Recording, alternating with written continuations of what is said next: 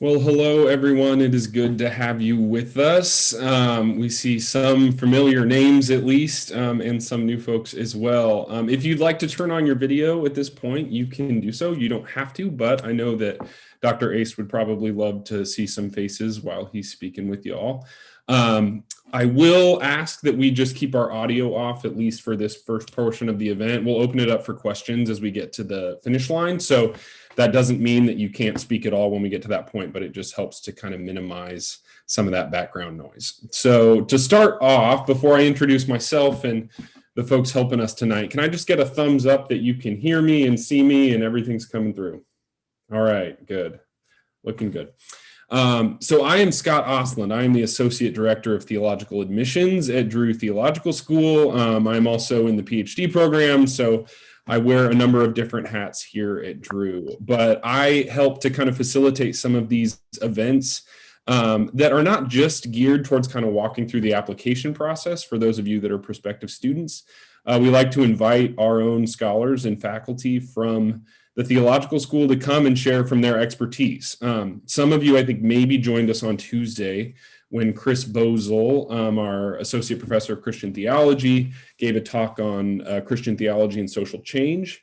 So it's just been a really great chance for folks like yourselves to get to hear directly from the faculty. So we're excited to have Dr. Rodney Aist with us today, who will be talking about the social applications of pilgrimage. He is teaching in our Doctor of Ministry program and leading the pilgrimage and spirituality cohort there. So an exciting opportunity to get into his work. I want to pause real quick and say a thank you to Hamza.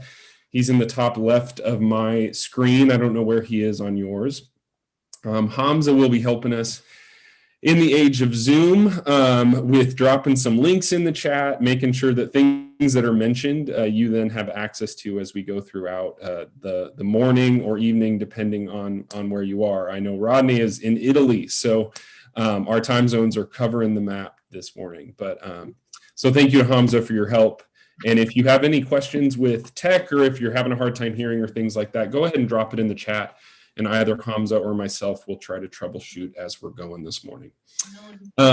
Because we are doing not a traditional kind of admissions talk event, we're not going to spend a lot of time getting into that. And some of you are current students, some of you are alums, some of you have gone through Drew and are not considering a program. But for those that are, I did want to just give a really quick rundown so that you feel like those questions are answered before you leave today. So if you're considering one of our programs, and especially if you're applying to the pilgrimage and spirituality cohort to work with Dr. Aist, you're just going to want to have in your head that our deadlines coming up are June 1st for domestic students. So for folks that are residing in the United States, that'll be June 1st. If you're an international student, that'll be April 1st.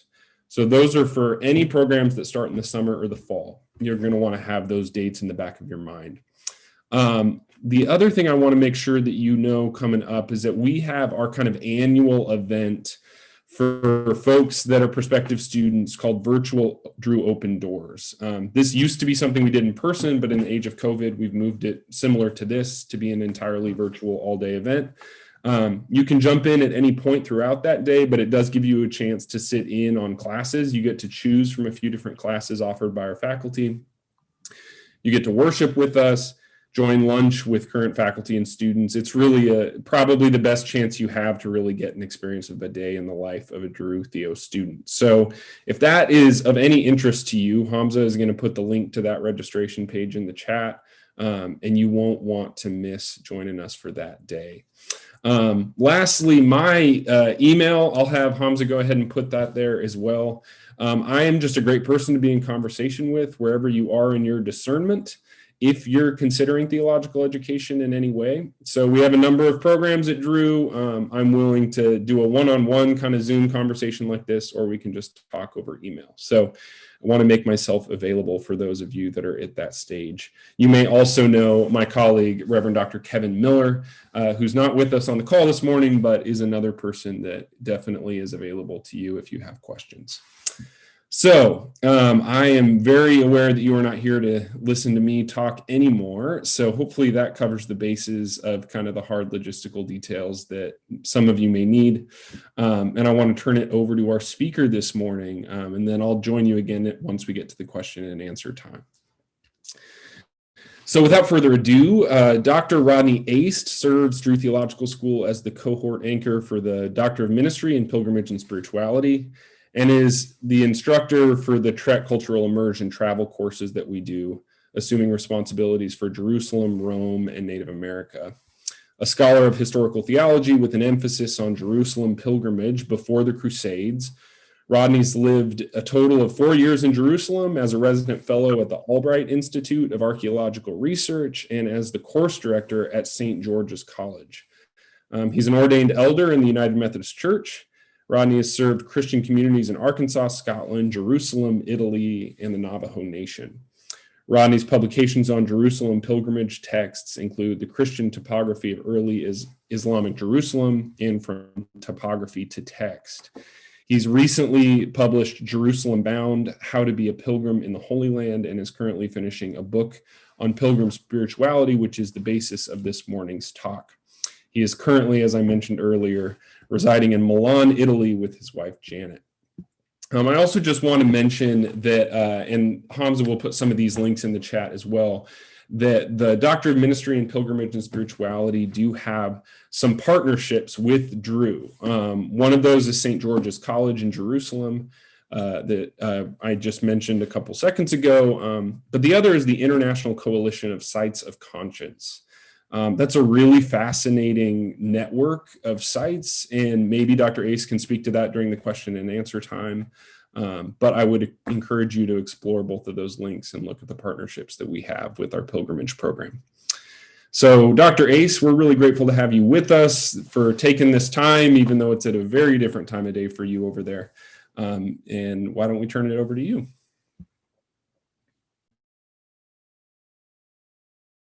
Oh, you'll need to unmute yourself there. Sorry. There you go. There we go.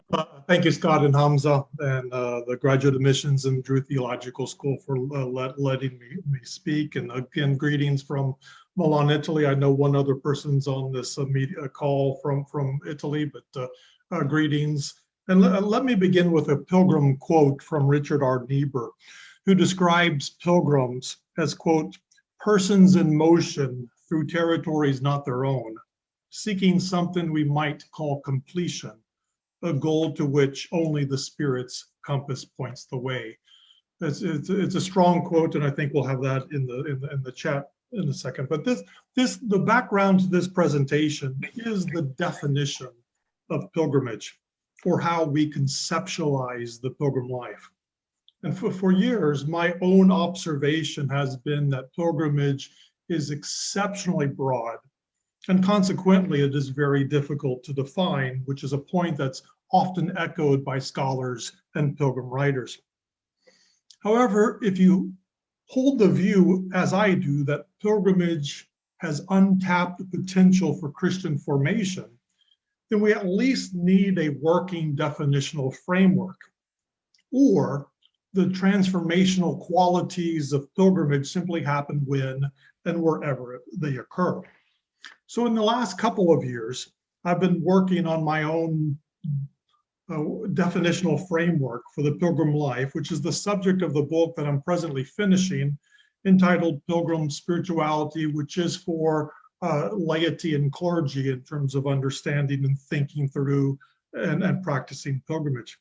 I'm personally interested in taking a comprehensive approach to pilgrimage, and pilgrimage encompasses hospitality and social justice, as well as themes of personal spirituality, but also with the goal of intentional Christian formation.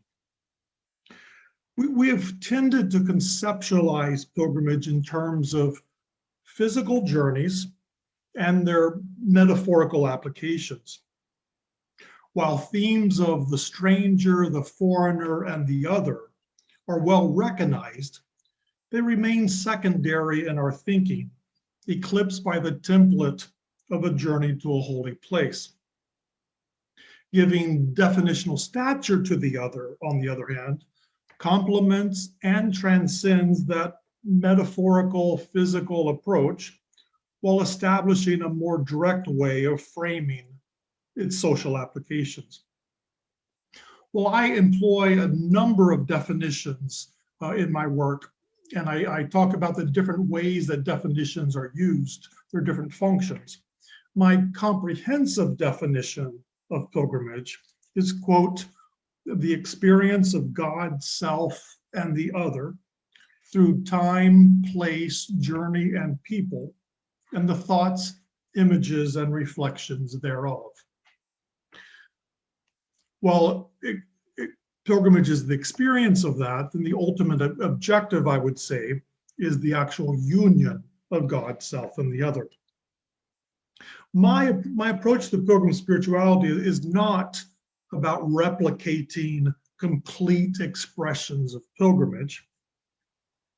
Rather, pilgrim spirituality is the application of pilgrim-related themes, concepts, and virtues to any and all aspects of our lives. I also ground it in the family resemblance theory, which I won't go into details but you can ask about that. That has pilgrim spirituality, therefore, considers overlapping similarities within pilgrimage and between other phenomena. Moreover, as another initial point, something doesn't have to be explicitly pilgrimage or recognized as pilgrimage to be an expression of pilgrimage spirituality. So again, I'm looking at pilgrimage themes, time, place, journey, God, self, and the other, and how these apply to the Christian life, as well as what we would consider to be traditional full expressions of pilgrimage. The last section of the book that I'm working on then briefly looks at applications of pilgrim spirituality for religious travel, for everyday spirituality, for the congregational life, and the chapter on social applications, which is today's presentation, focuses then on the definitional frames specific to social pilgrimage. Today's discussion then focuses on how we think about pilgrimage as an expression of Christian outreach, service, social justice, including concepts of mission and evangelism. The discussion is at least an implicit response to two tendencies that I see in terms of the way that we conceptualize pilgrimage. One, pilgrimage has been dominated by an emphasis on personal spirituality, often expressed, especially by Protestants, as the idea that it's really all about the inner journey. Dividing the body from the soul, however, I believe has been a misstep in the Protestant tradition. Pilgrimage is embodied experience. It's a sensuous, incarnational spirituality, particularized in time and place, a position that is increasingly emphasized by contemporary writers, the sense of it being embodied experience. Even metaphor, when properly understood, keeps one foot in the physical world. A second tendency that I've tended to notice is that our rationale for social pilgrimage often lacks a conceptual underpinning that defines it directly in social terms. Instead of appealing to social frames such as engaging the other or crossing boundaries, what we tend to find, which I've already alluded to, is a back and forth between the experience of physical journeys and their metaphorical applications. The method works and it is logically sound, that's part and parcel of pilgrimage. Yet I think it also occurs because the stranger or the other has not been given sufficient definitional stature. Consequently, our approach to social pilgrimage often takes an indirect route. It's also worth mentioning the use of pilgrimage or journey as a metaphor of process or progress, such as just as we would commonly say, a pilgrimage of peace and justice. Pilgrimage is thus defined in this way as a shared journey, as a corporate process that is aimed at a stated goal or destination.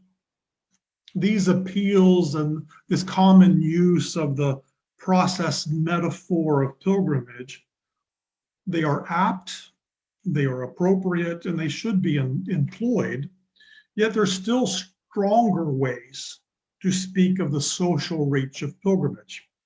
In short, how do we establish the social basis of pilgrimage in direct and dynamic ways?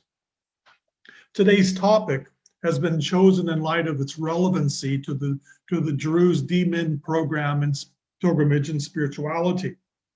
While the program takes a broad approach to the Christian life, offering pathways of personal renewal and leadership formation, we are distinct in our emphasis on the social dimensions of pilgrimage.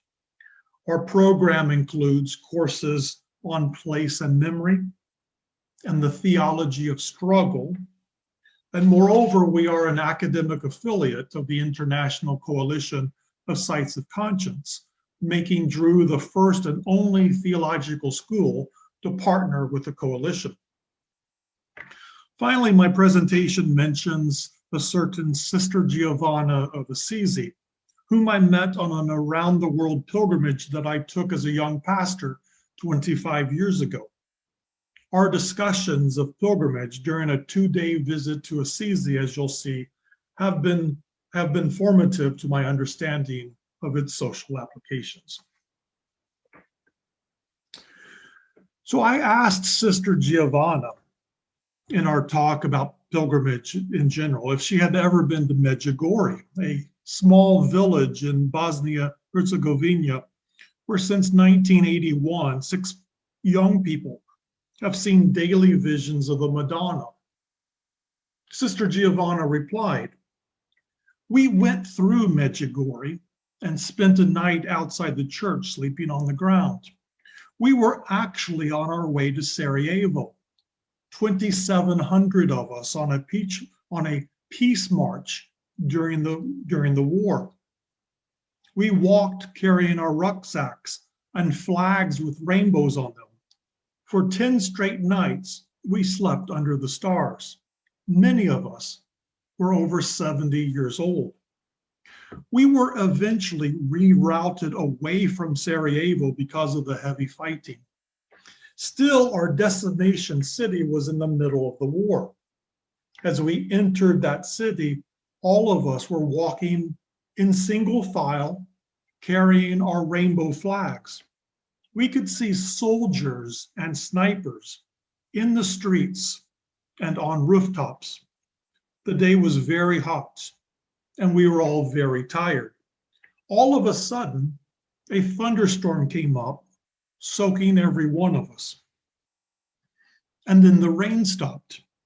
As the clouds rolled away, the sun came back out, and there, in the middle of this war-torn city, was the biggest, most beautiful rainbow that any of us had ever seen. We all cheered, throwing our hats and flags up in the air. Enemy soldiers stood looking at us and at the sky in amazement. The peace that prevailed for those few hours was beautiful. For a moment, God had stopped the war.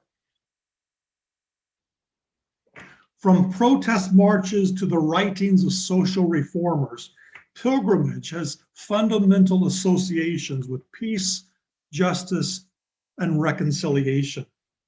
Prominent examples include the Great Pilgrimage of 1913, organized by the National Union of Women's Suffrage Societies, which involved women marching to London from all over England and Wales, culminating in a rally in Hyde Park attended by over 50,000 people.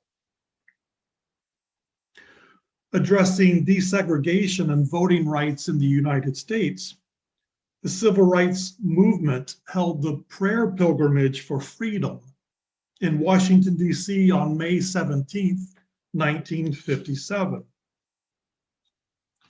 Mildred Norman, actually born in New Jersey, better known as the Peace Pilgrim, walked more than 25,000 miles between 1953 and 1981 in support of international peace and nuclear disarmament. The diaries of Catholic social activist Dorothy Day were published in 1948 under the title On Pilgrimage, while Martin Luther King Jr. penned an article entitled My Pilgrimage to Nonviolence in 1958. More recently, in 2019, the World Council of Churches launched an initiative entitled Invitation to the Pilgrimage of Justice and Peace. Well, last fall, a Methodist conference offered a 3-month program on racism and racial equality entitled Pilgrimage to the Land of Love. The social dimensions of pilgrimage extend beyond these explicit expressions to the applications of its themes, concepts, and virtues. And pilgrimage has overlapping similarities with various related initiatives. Sites of conscience, for instance, use place and memory to promote human rights. Placemaking is a community-based participation in the creation of quality public spaces. Moreover, simple everyday acts of hospitality and service, generosity and justice can be conceptualized in pilgrimage terms. Now, to explore the definitional frames of social pilgrimage, we begin with Abraham, who left his home and family to follow God in a foreign land. While the story from Genesis reminds us that we are strangers in the world, the hermeneutical pivot calls us to see Abraham in the face of others. That is, our application of the story should move from us being Abraham to how we respond to Abraham. The Abrahamic imperative entreats us to welcome strangers with compassion, generosity, and hospitality, to see Abraham as the other and the other as God. The vision of hospitality espoused in the narrative informs our Christian response to foreigners, refugees, and immigrants, to the wayfaring traveler as well as the resident stranger. The Abraham story revolves ostensibly around place, leaving home and following God to the land that God would show him. And we can speak of Abraham's experience of being displaced and of his identity as a second-place person. Yet the concept of stranger is ultimately tied to one's relationship to others.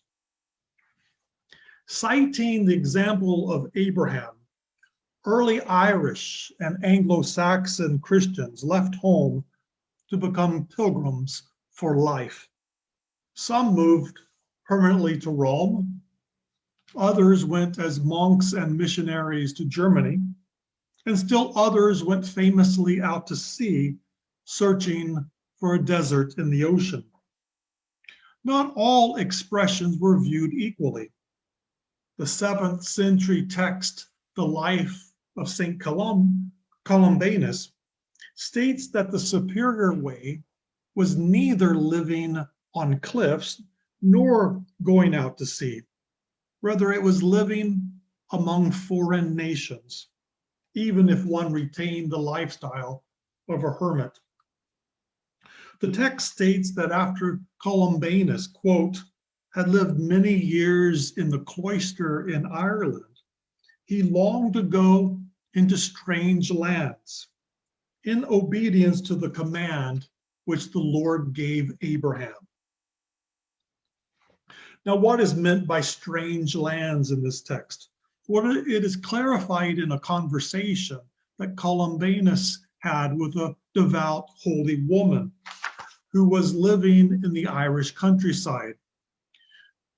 Two different degrees of pilgrimage are discussed. The lesser pilgrimage involves forsaking one's family while still living in one's homeland, Ireland.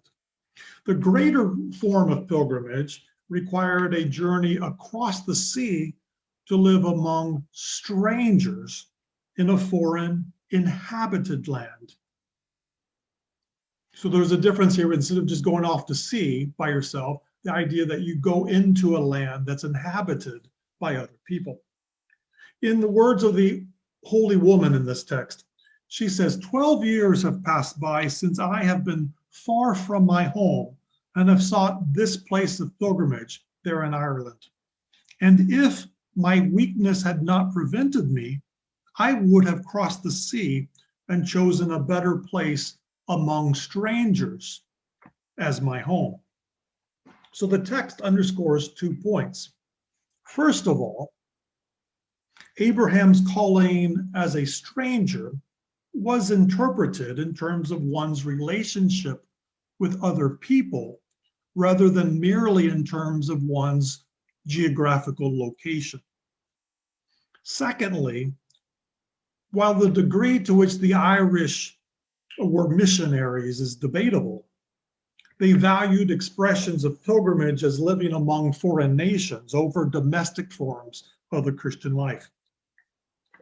Continuing with the theme of stranger, the etymology of pilgrimage likewise appeals to the stranger. The English word pilgrim is ultimately derived from the Latin pellegrinus, which denotes a foreigner living outside the laws of his or her homeland. Lacking legal protection, a pellegrinus is a person of vulnerable status. In sum, the stranger offers a biblical, historical, and etymological frame for social pilgrimage. Beyond Abraham and the image of the stranger, there are additional ways to conceptualize pilgrimage in social terms. Emulating others or walking in their footsteps is a recognized concept of pilgrimage, epitomized by the imitation of Christ.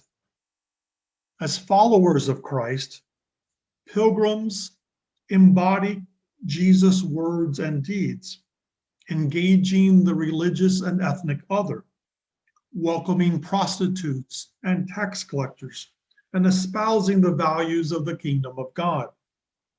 Pilgrimage, as the imitation of Christ, means being people of compassion, loving our enemies, and doing unto others what we would have them do to us. Discipleship, or following in Christ's footsteps, captures the essence of pilgrimage. Along with the image of following, Jesus sent his disciples on mission journeys to preach the gospel,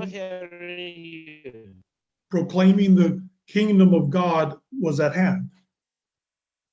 The New Testament depicts evangelical pilgrimage as healing the sick, raising the dead, cleansing lepers, and casting out demons. The missionary pilgrim declares the year of the Lord and announces good news to the poor, the release of captives, the recovery of sight to the blind, and freedom for the oppressed. We can also frame pilgrimage through the concept of companionship. Companions are co-travelers, literally those with whom we have bread.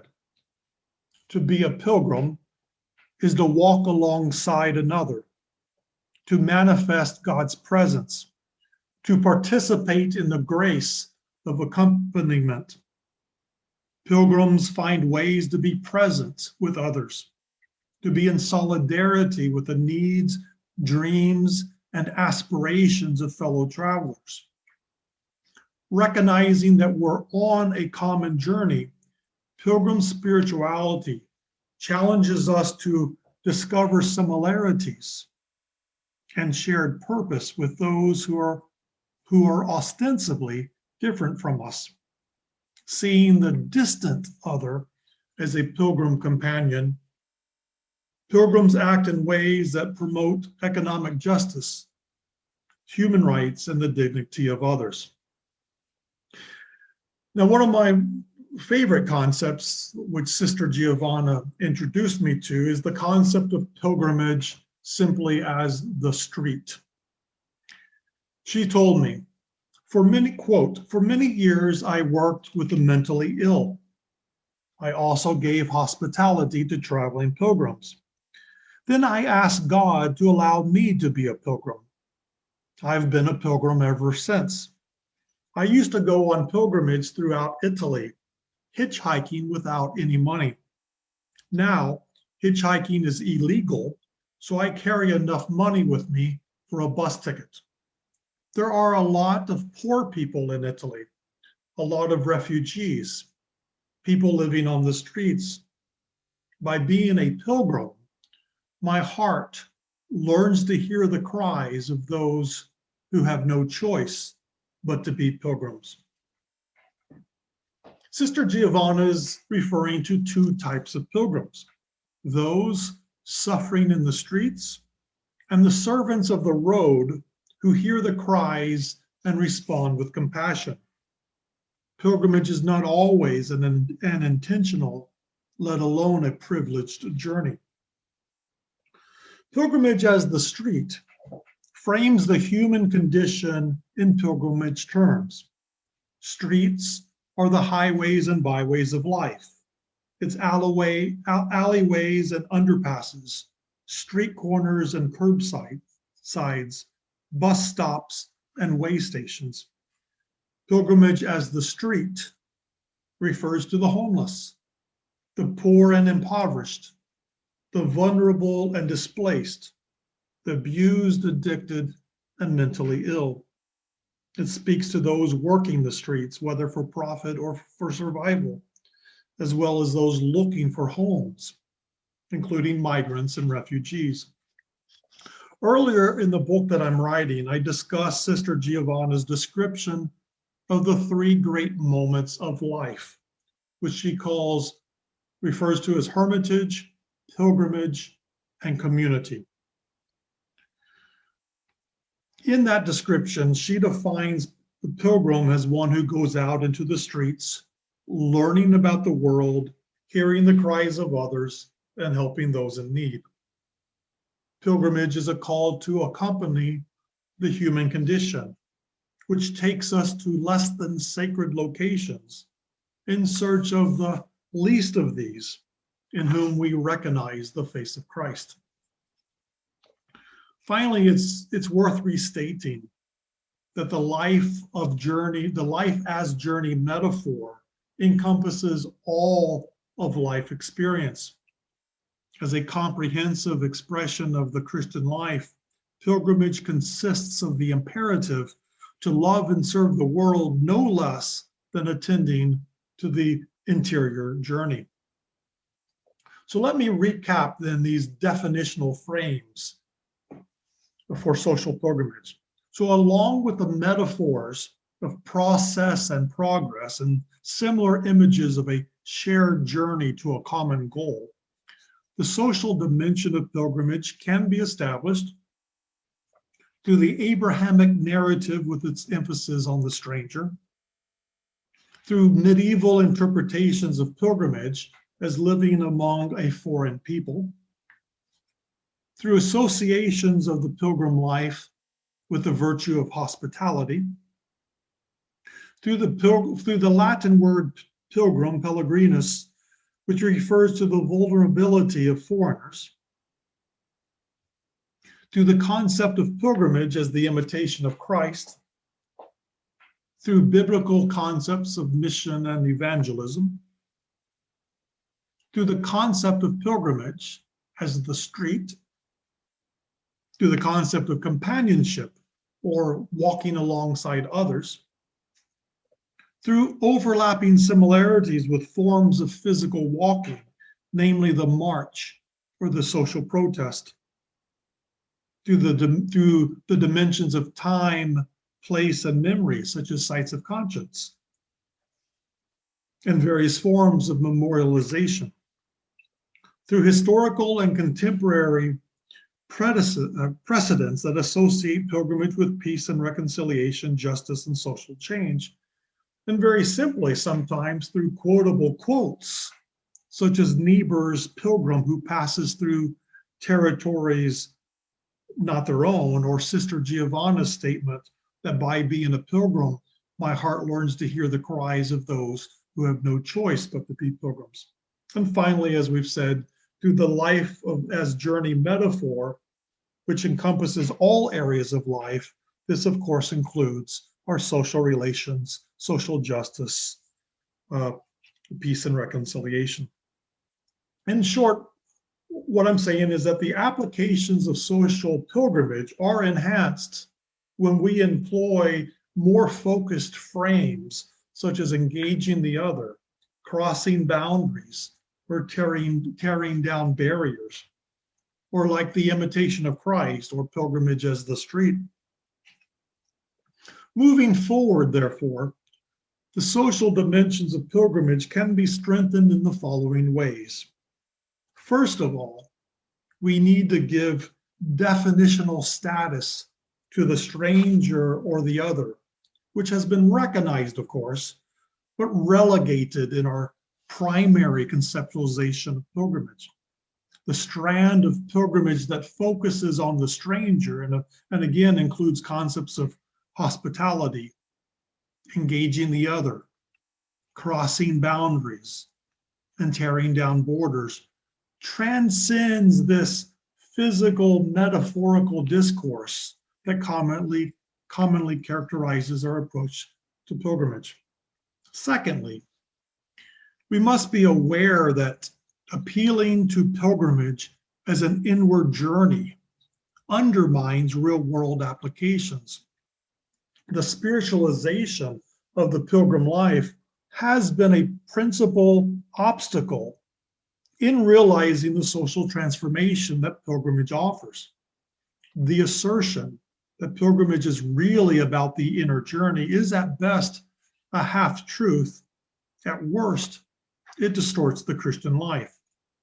Pilgrimage is an embodied, incarnational spirituality that gives primacy to human concerns in time and place. Third, the social applications of pilgrimage can be strengthened through an emphasis on virtues. Pilgrimage is the quest for Christian virtues such as love, mercy, and compassion, forgiveness, and reconciliation. Fourth, the prophetic strand of pilgrimage should be further developed. Pilgrimage offers embodied opposition to the status quo. As an expression of incarnational theology, pilgrimage favors place over space, the particular, the localized, and the heterogeneous over the homogenizing tendencies of globalization. The modern appeal to pilgrimage is in part a grassroots response to the dehumanizing dominance of space, technology, and global corporations. Fifth, pilgrimage should reconsider its eschatological vision, which is often maintained in other world spirituality that views the earthly life as a transient journey to heaven. Indeed, pilgrimage has often been anything but focused on social things, and the idea of just passing through earth on the way to heaven certainly doesn't lend itself to a talk on the social applications of pilgrimage. That is something that pilgrim spirituality must reckon with and change. Well, according to Revelation, it is not the world and its people that rise to heaven. Rather, New Jerusalem, the ultimate destination of pilgrimage, descends to earth. God dwells among us, complementing Jesus' insistence that the kingdom is at hand. So just as Jesus addressed the needs of the world, our Christian journey should take us into the world, not out of it. By recasting the direction of our eschatology, that is, that heaven descends to earth, pilgrimage can better position itself with respect to its engagement on issues of social justice. Finally, we need to reconsider the relationship between the stranger, place, and journey. They are related in so much as a foreigner is one who has left home and has traveled elsewhere. A foreigner may permanently settle somewhere, establishing roots and raising children, yet they still remain a foreigner, like Abraham, due to his or her relationship to place.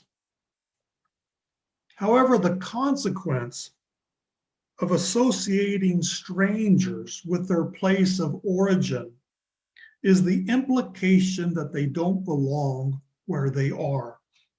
This is expressed in the tendency of dominant cultures to treat the ethnic other as someone who is not from here, or to ask, where are you really from? The other does include the recently arrived, yet the vast majority of everyday strangers, including the racial and religious other, are not those who have recently traveled. Associating the proximate other with distant places denies, disempowers, and delegitimizes their presence, their voice, and their status in both subtle and coercive ways. Pilgrim spirituality espouses an ethic of engaging the other and welcoming the stranger that transcends the tendency to presume where the other belongs. In sum, pilgrimage is the Christian faith in action. Pilgrim spirituality speaks to the most pressing and intractable social issues. Pilgrimage facilitates peace and reconciliation, mediation and conflict resolution, interfaith and ecumenical relations, international, multicultural, and secular engagement, human rights and gender, racial, and economic equality. Pilgrimage is both the experience of and the response to immigrants and refugees, the homeless and the mentally ill, the vulnerable and destitute, the old and young alike. It walks in solidarity with the downtrodden and stops for those on the side of the road. Pilgrimage embraces the other, heralds hospitality, and charts the course of compassion. Seeking the union of God's self and the other, pilgrims are harbingers of social justice. And once we pause to survey the journey, its social dimensions appear from the start. Thank you. Back to you, Scott. Thank you, Dr. Aist. Lots of claps and thumbs up and all those wonderful things. I know I took a lot away from that already, and my notes are full, but I can fill in questions if other people don't have questions, but I'm guessing there's folks that maybe would love to jump in here. So we're going to open up the last 15 minutes or so for any questions that you might have in response to Dr. Aist's talk with us this morning.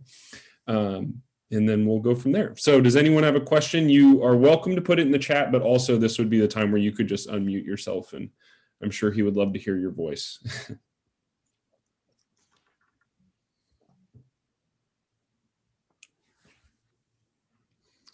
Anybody want to lead off?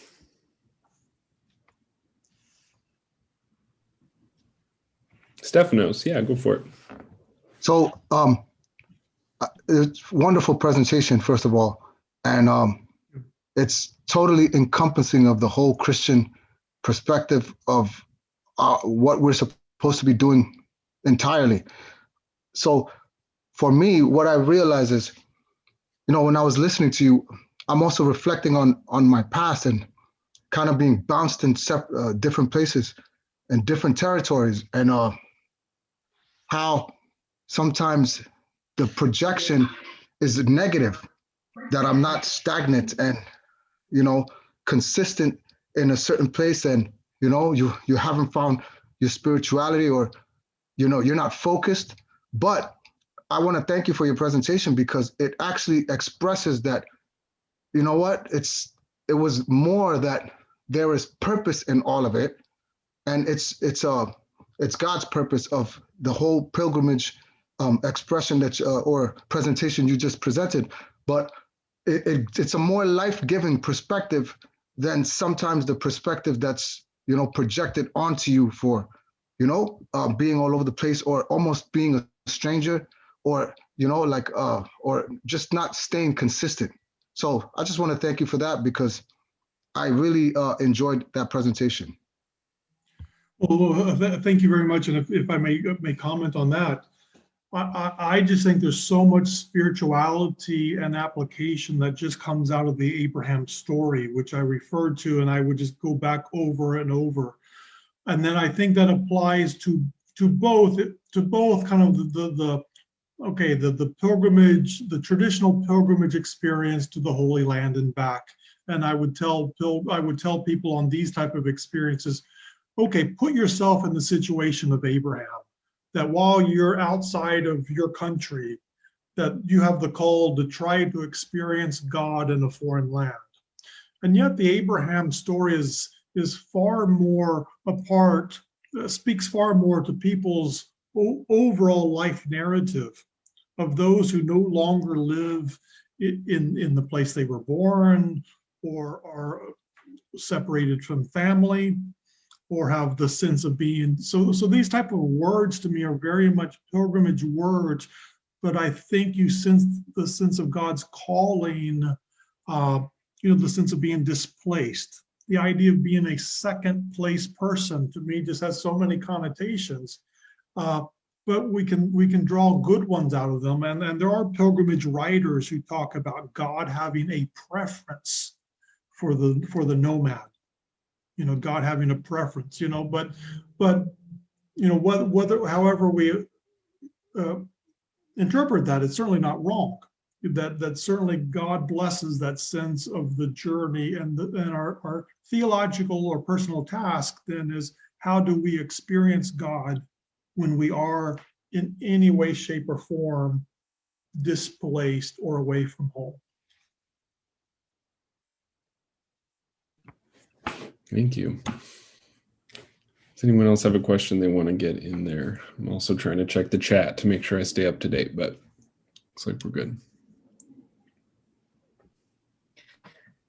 Hello. I actually was really interested in what you were talking about, like a settled pilgrimage, and how a daily discipleship can be in and of itself a pilgrimage. And I was just curious if you've explored this in like a congregational setting, because a lot of congregations don't end up taking those pilgrimages and leaving their place, but how to kind of infuse the sense of pilgrimage into daily faithfulness. Yes, one of the applications of pilgrimage is, first of all, it's a question. What is the relationship of, let's say, religious travel, or of travel to a routine day-to-day life? And part of that does get to the metaphor, the use of metaphor, that the more we know about physical travel, even if somebody else has that experience, then that teaches, then we can apply it to other situations. But I think it's far more than that. And the other thing I'm looking at is, how do we take these themes specifically to congregational life, how we structure the entire ethos of a congregation, of a community, then I would say in this case, not just pilgrimage, but pilgrimage and hospitality as kind of a two sides of the same coin. There's lots of answers to this, and I am exploring it, but I think part of it I would say is that in the definitional framework of what pilgrimage is and kind of breaking that down, then I do talk about, pilgrimage is, I talk about 5 main characteristics of pilgrimage. That it is personal, so it is that personal journey, but it's corporate. It is physical and embodied, incarnational, third, but it's also metaphorical.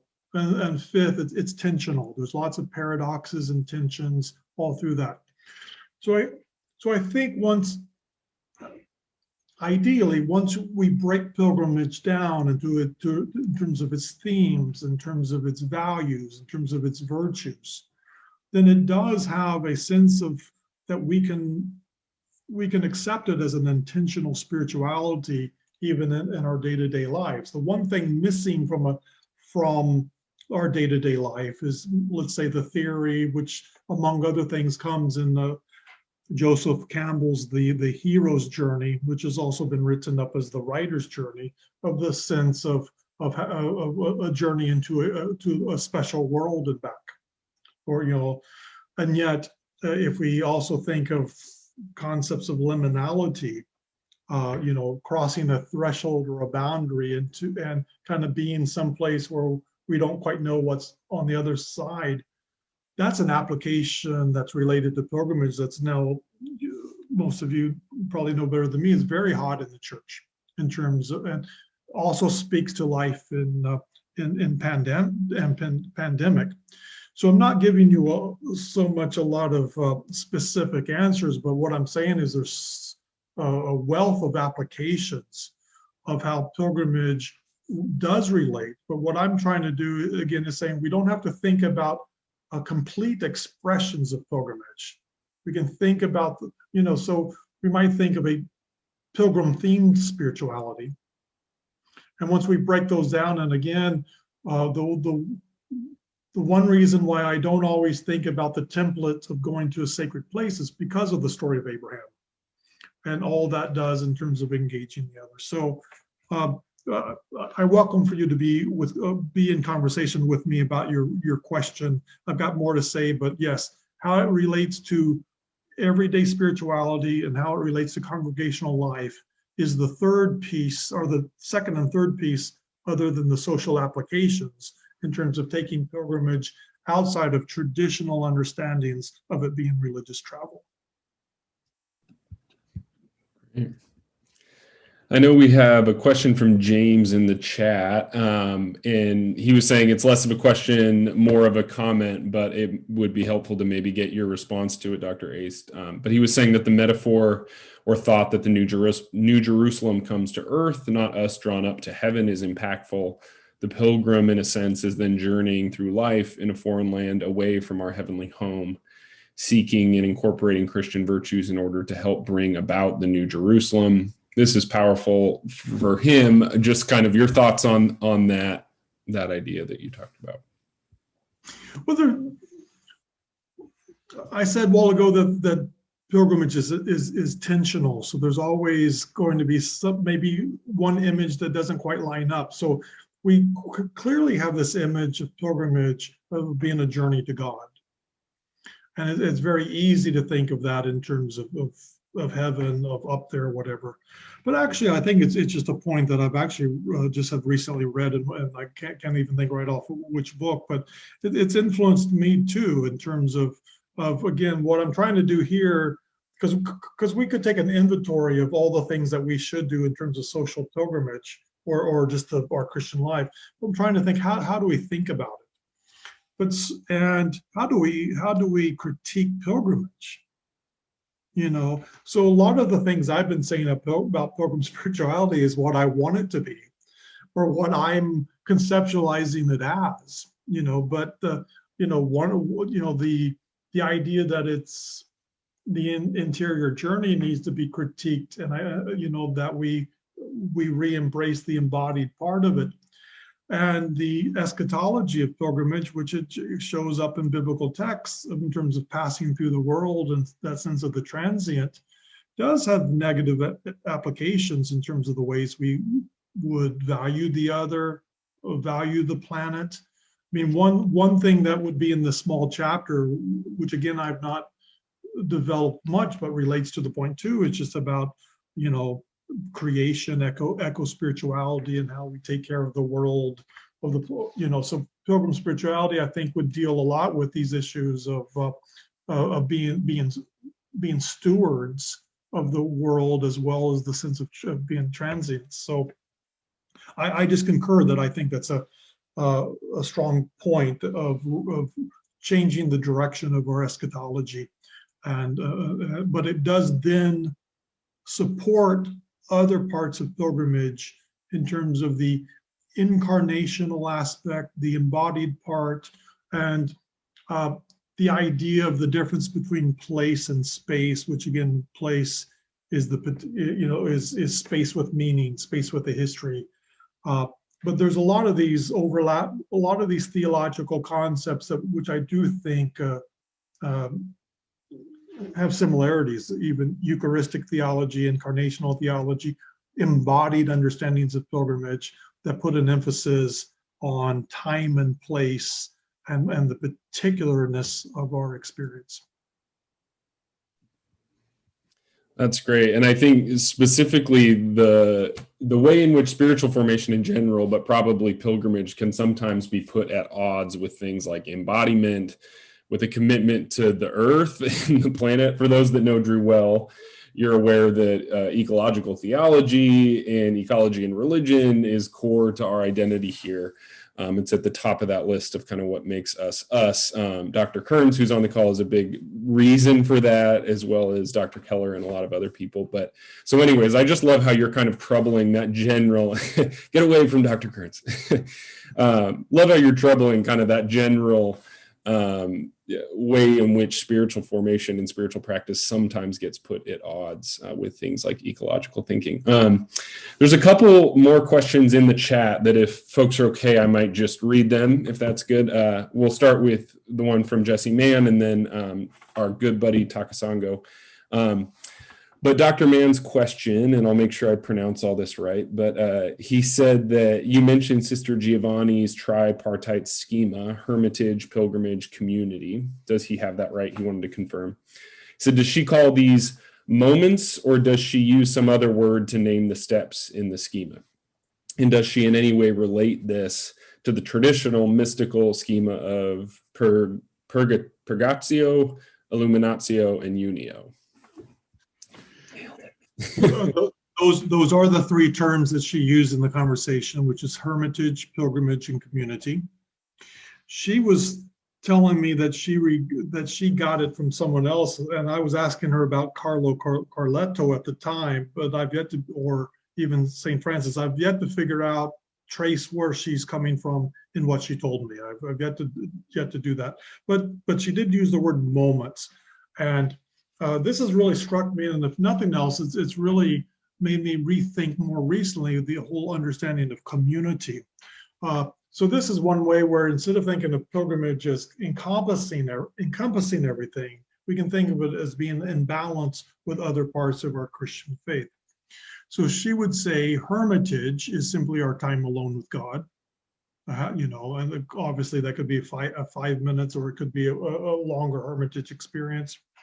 Pilgrimage, in this case, she's also, and in fact, she could just call it the street instead of pilgrimage, hermitage, street, and community.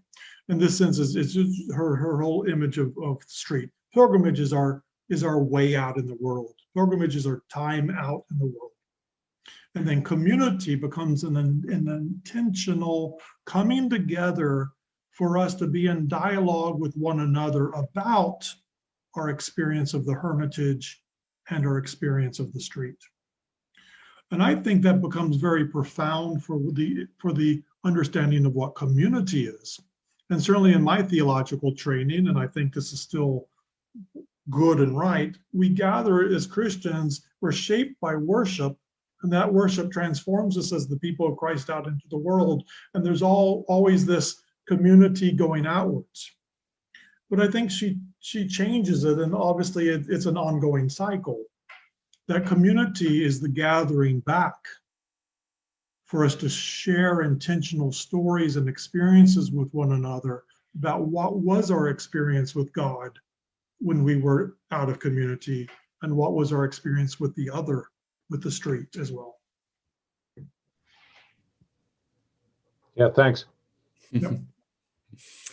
And we can chat more about some of the possible similarities and parallels of historical sources. I would be glad to hear that. Yeah, and for those that do not know, Dr. Mann is the theological librarian at Drew, as well as a professor that teaches a number of courses and has expertise across a broad spectrum, as well as Dr. Kearns, who waved at us earlier, teaches in sociology of religion and ecological studies in our religion and society program at Drew. So I just like to make sure the Drew faces are known.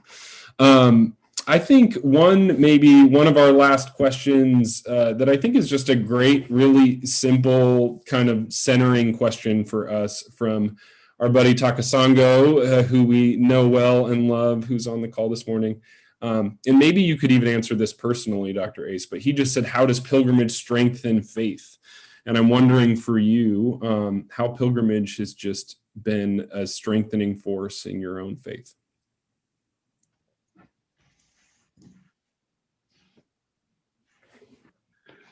A couple of quick thoughts. I would go back to the particularity of lived experience, and it goes back to I just haven't used that phrase lived experience yet, but it's when we talk about embodied experience and the whole incarnational part.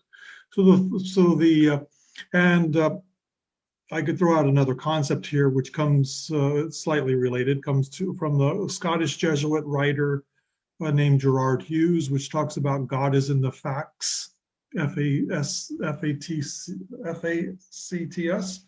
And he did pilgrimage walks, like from England to Rome, most of the way to Jerusalem, where he just reflected on it. And he just talked about God. This does not answer the question of why things happen, which is always a difficult question. But it answers the question of where is God? And he's saying God is always in what actually happens. God is not theory. He's not in what could have happened or what should have happened. So when you're on pilgrimage, you find God in the cloudy, rainy day that did happen, not the sunny day that never transpired. And there's a sense of the actuality of that pilgrimage gives us in terms of our encounters with God and the divine. And I think that's important, but also there is a sense of the unknown that we have to embrace in pilgrimage spirituality or pilgrimage, the sense of the unknown, the sense of the tensions, and in many ways, to me, that is what faith is that sense of engaging the mystery, being surprised by surprises, the unfolding and revelation of life. And so we could talk a lot about time, past, present, and future, is all about pilgrimage, but it certainly has an emphasis on the present moment and how we experience God there. So, but that's a good question for all of you to think about too, is how pilgrimage and pilgrimage themes strengthen our faith.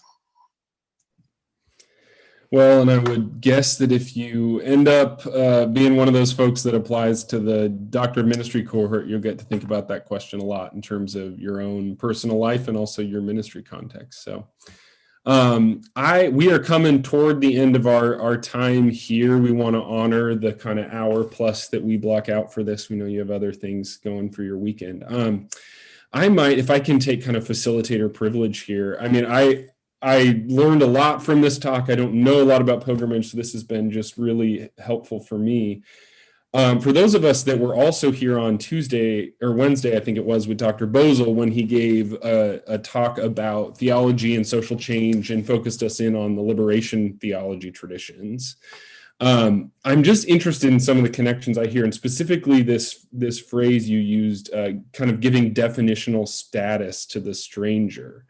And I'm thinking about that in relation to Latin American liberation theologians using the term the preferential option for the poor. I'm thinking of Andrea White, who's a womanist theologian that talks about Black theology as giving hermeneutical privilege to Black folks or to Black women, or changing the hermeneutical subject. So changing kind of the individual with which we are interpreting from.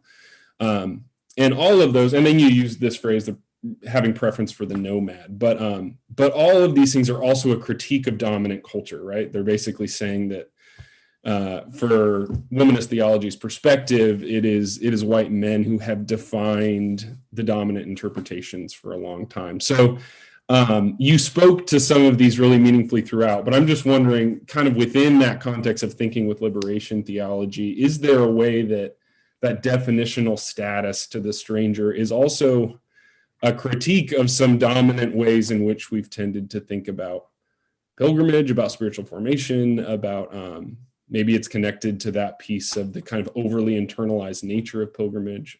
So I don't know if that's clear, but those are just the questions in my head. Well, those are more overlapping similarities that I would want to explore and incorporate. I would think that in terms of pilgrimage, I would tend to think that there's just been a dominance of thinking about sacred places, that template of the holy of that has just dominated what we otherwise know. I mean, nobody would deny that the stranger is part of pilgrimage. I mean, it's just that we don't think of it in that. And, well, if you looked in the dictionary, you'd probably still see the word stranger listed as one of the options, but it's just not there in the ways that we absolutely fundamentally conceptualize pilgrimage. And sometimes I've seen brilliant examples of social pilgrimage, but when they start explaining their basis, they're not using as strong enough terms as they should. But no, I just love what you said, and that's something I want to pick up. But there is, a last thing real quickly is when you start thinking about the anthropological theories of pilgrimage, then there has been some debate upon whether pilgrimage supports the status quo or doesn't support the status quo. Is it anti-structure, which is what Victor Turner would say, or even before him, the Durkheimian approach would be that no, it just supports that. And pilgrimage can be both. I mean, there's some really there's some very neutral ways that you can take your parish trip and go visit your own denominational heritage sites, but that entire trip is really about your own group identity. It has very little necessarily to do with the other, even though you could be responsible in the way you did that. But if we're just taking the form of pilgrimage, then we can find some really negative examples of either how it's supporting the status quo or it's supporting very, very negative things. If we're talking about marches, the orange marches in Scotland and Northern Ireland, these type of things, which are contentious and very difficult. So pilgrimage in and of itself is going to be both. That's how it's important that if we're going to say we're going to do pilgrim spirituality, how do we define it? What frames do we use? And how do we use virtues and values to undergird the patterns and narratives that we're using, as well as just the patterns of journey? Yeah.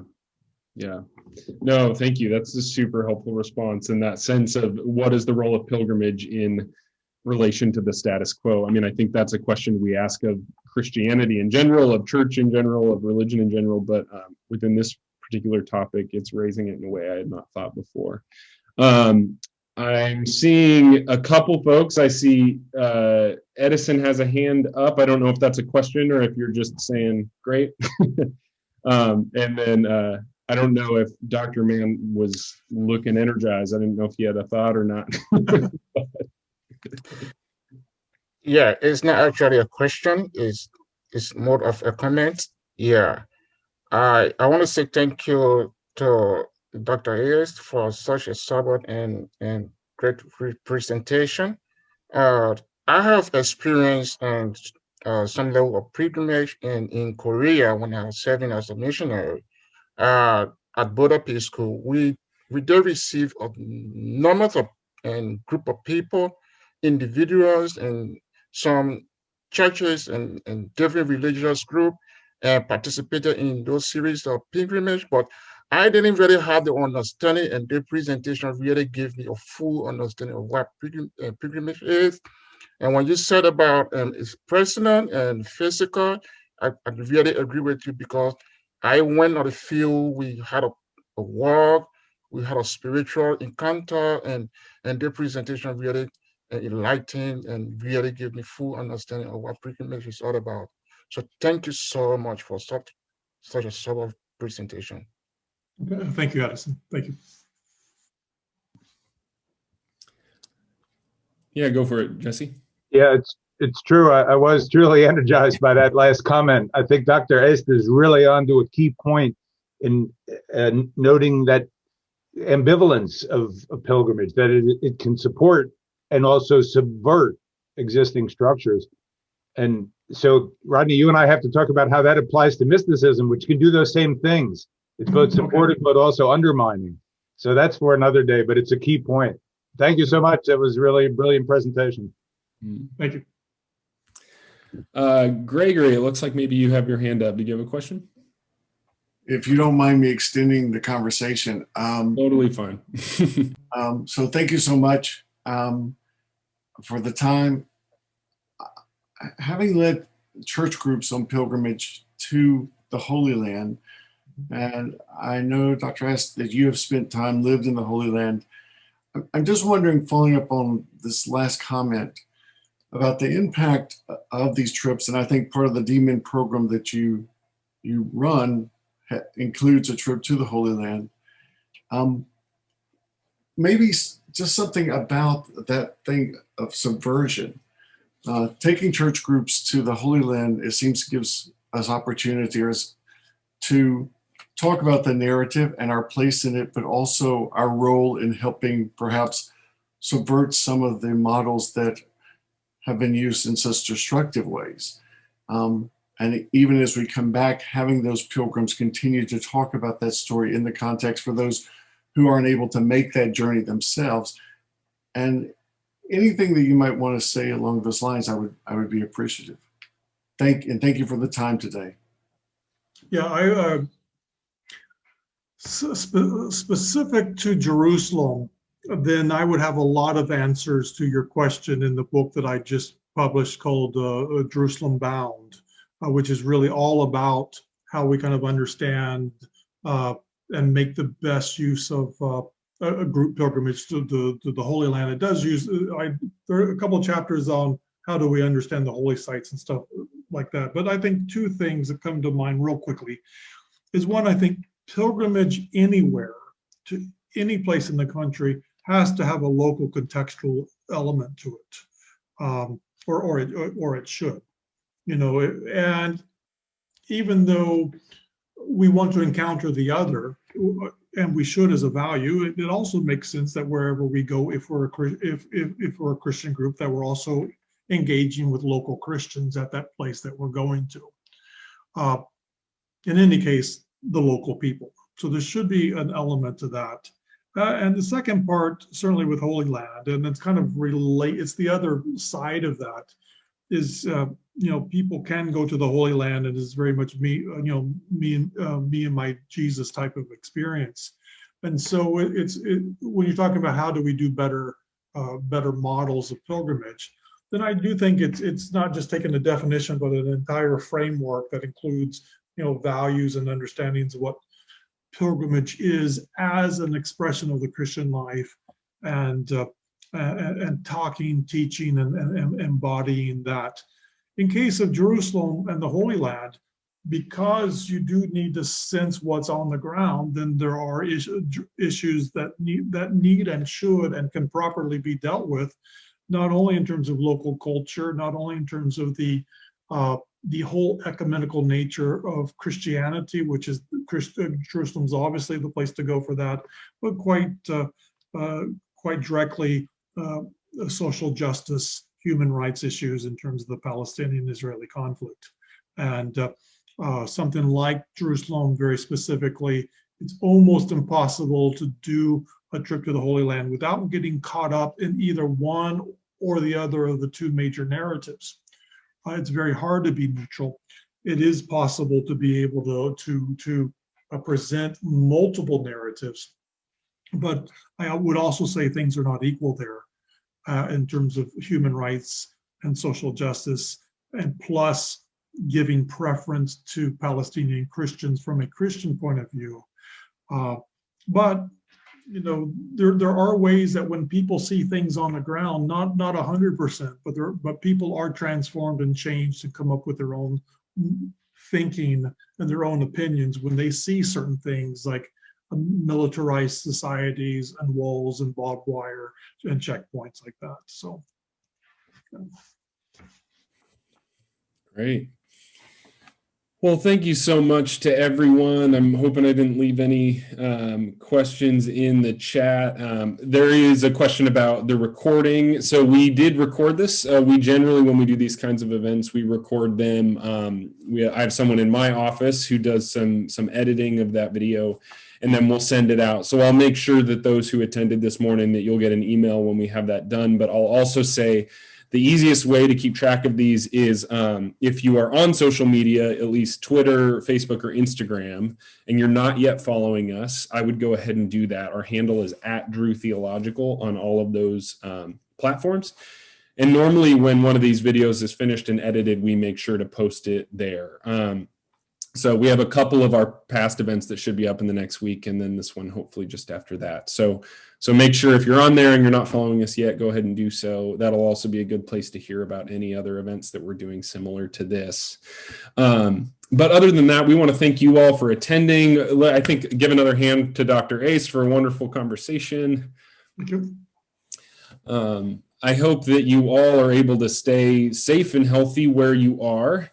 Before we leave, I did just want to bring us back to a couple announcements. And one is that if you are applying to any of the programs, especially the program with Dr. Aist on pilgrimage and spirituality, Virtual Open Doors is that event we're going to be doing. You can join us just like this. But he will be there as well as some of our other faculty from the programs. And it will give you a real deep dive into what you can expect. I don't know, Rodney, if you want to give any just last minute, just what people could expect from that and what you've gained from the first year, just kind of as the teacher real quick.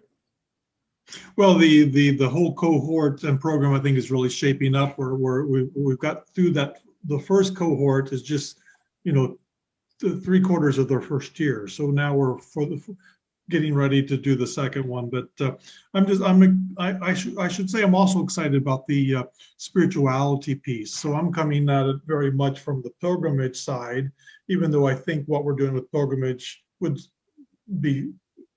qualify as spirituality as well. But for instance, the current cohort this summer will be taking a course on contemporary spiritualities. We'll be taking a course on medieval spirituality and looking at medieval mysticism and looking at how that relates to pilgrimage. So it's taking shape. We are academic affiliates again with the Sites of Conscience, which has all sorts of possibilities in terms of how we engage pilgrimage themes and real places, difficult sites, and that's we are using that in our current place and memory course as one of the units, but there's lots of implications there in terms of degree projects, working on methodologies and ideas. And again, the degree project is we allow you to do a pilgrimage experience, anything like something traditional from walking this the road to Santiago, one of the routes to Santiago, or doing something like that. So yeah. Great. Perfect. Well, again, it was really great to be with you. If you can join us for that event, do so. Again, if you want to reach out to me, I believe my email was in the chat at the beginning, but maybe we can put it back there. I'll just go ahead and type it there now. dausland@drew.edu.